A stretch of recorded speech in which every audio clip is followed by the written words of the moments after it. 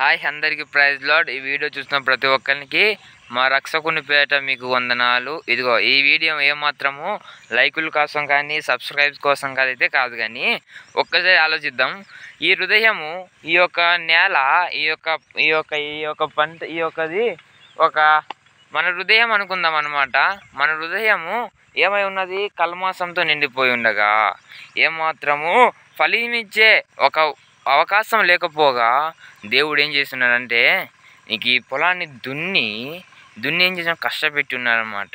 ఇదిగో కదా, ఇప్పుడు మంచిగా చేసి ఉన్నారు కదా, ఎండిపోయింది. ఈ పొలం ఏమనుకుంటుంది? ఇప్పుడు మన హృదయం ఏమనుకుంటుంది?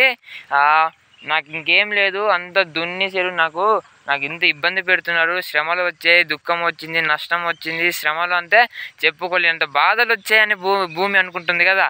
కానీ ఈ యొక్క ఫలానికి తెలియదు అనమాట, ఈ యొక్క భూమికి తెలియదు అనమాట, దేవుడు దీనికి నూతన ఫలం ఇచ్చేవానిగా మారుస్తున్నారని కదా. ఏం మొత్తం తెలియదు కదా. ఒక్కసారి గమనిద్దాము.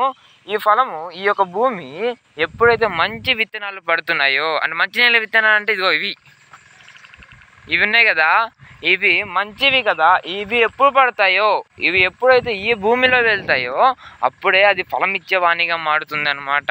అది ఎప్పుడు మారుతుందో, నువ్వు ఎప్పుడైతే ఎందుకు నీకు సూచిస్తున్నదంటే, ఈ వాక్యం నీకు ఎందుకు చెప్తున్నామంటే, ఎంతకాలము ప్రభా నీకు విముఖుడివై ఉంటాను, ఎంతకాలము ప్రభా నీకు దూరంగా ఉంటాను, నన్ను మర్చిదావా, నన్ను మర్చిపోతావా, ఎంతకాలము నేను ఈ యొక్క ఎండిపోయిన భూమిలాగా, ఎండిపోయిన ఎముకల్లాగా ఉంటాను ప్రభువా.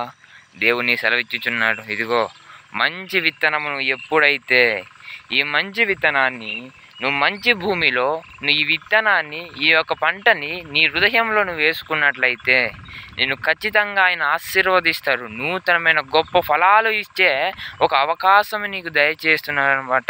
ఆ ఫలాలను పొందాలి అంటే ఆయన వాక్యముని నీ హృదయంలో చేర్చుకోవాలి. ఆయన మాటలని నీ హృదయంలో చేర్చుకునేలా నువ్వు ఖచ్చితంగా గొప్ప ఫలం ఇచ్చేవానిగా మారుతావు.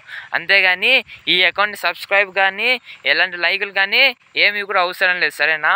ఈ యొక్క వాక్యము, ఈ యొక్క మాటలు, ఈ యొక్క ఆలోచన ఎవరి పైన ఉండాలి? ఆయన పైన ఉండాలి. ఎవరు? ఆ కనబడుతుంది చూసారా భూమి, ఇది కింద ఉంది చూసా, ఈ భూమిని సృష్టించిన సృష్టికర్త మీద మనం ఆధారపడి ఉండాలి. కానీ ఇదిగో ఈ లోకంలో అపవాది కూడా ఒక విధముగా ఉన్నాడు కదా. అపవాది ఉంటే ఏమో తెలుసా?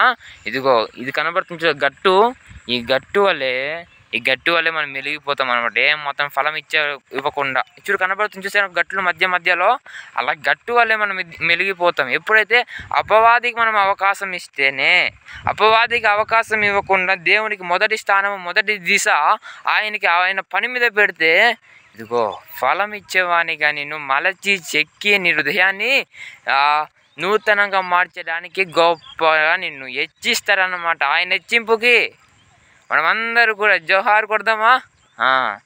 ఈ చిన్న వాక్యము మీ అందరి హృదయంలో బలంగా స్థాపించబడాలని యేసు నామములో అడుగుతున్నాం. ఆమేన్. Bye bye.